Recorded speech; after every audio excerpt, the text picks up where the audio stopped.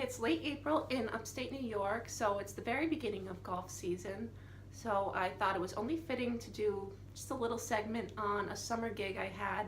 I was a substitute teacher for several years, and so every summer I had to find seasonal work. And one of those gigs was I was a cart girl at a local golf course. There's some misconception that gigs like that are hard to land. I really don't think that's entirely true. I mean, I got it, but it helps if you're female, and other than that, you really just have to show up for your shift. You don't even have to know anything about golf. Like, I knew absolutely nothing about golf except like the lower score is better, but besides that, I did end up trying to learn as much as I could just to make small talk with people, because one time I said to one guy, how's your round going? He goes, I'm swinging a lot. And I said, oh, good exercise, good day for it. He's like, no, swinging's not good. So I think his name was Tom. One thing you do need to just keep showing up, doing your job, is some thick skin, because everyone bitches about the cart girl. You're easily the scapegoat for the bad round. I mean, they might say, I couldn't drive well because the cart girl was what was in my sight range, or I was dehydrated and I didn't see the cart girl for 9 holes. So and then just sometimes it was just really generic stuff like, cart girl was all over the place, and everything just got back to management. It really didn't matter who it was. I mean, some of it was maybe because it was me and I sucked, but it was really just anybody.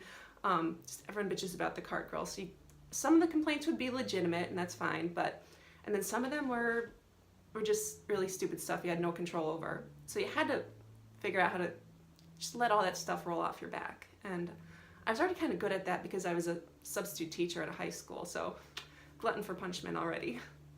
One weird thing is driving up on Happy Gilmore style temper tantrums, and I'm never exactly sure what to do. I mean, I've seen like throwing clubs and swearing and just, do I keep driving? I should probably keep driving. It's usually what I just did.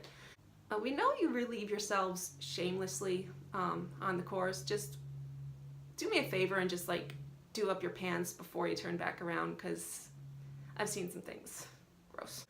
I can't get you high. That's something I get asked sometimes, is if I was doing anything like that or had anything for them, and the answer was always no, because first of all, everything got back to management. People talked, and secondly, even if I was using that stuff on the golf course, I mean, I'd probably just really suck at my job. I would just be staring at the grass, and it wouldn't be good. And so I know I smell it when I'm going around.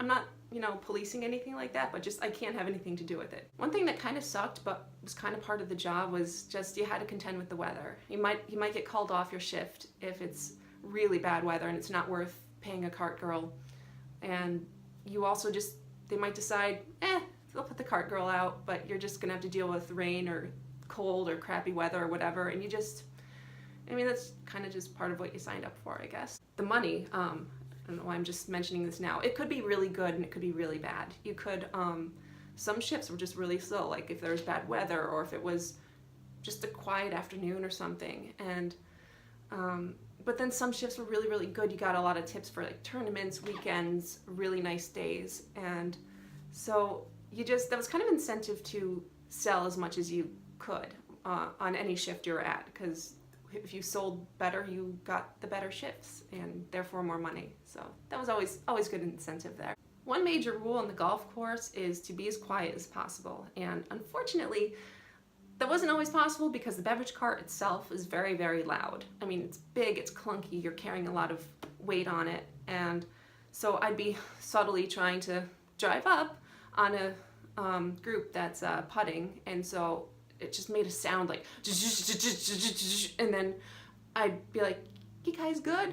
And then sometimes, like, you knew they were mad because they would just turn around and stare at you and then look back. So like, all right, cool. So then I hit the gas and it made a screeching, it was like screech, and then as I was driving off, and pretty sure there are a few of these at my back.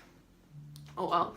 One tricky thing was to go where the golfers were, obviously, to make sales, and then also not be in their way, not slow the pace of the game.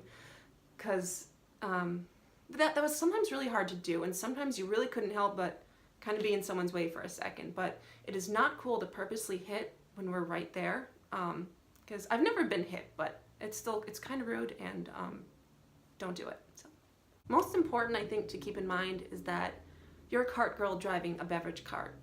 Don't take yourself too seriously, because you're not saving the world. It's a beverage cart. So just, have fun with it and enjoy whatever it is you're doing. It was stupid. Bye.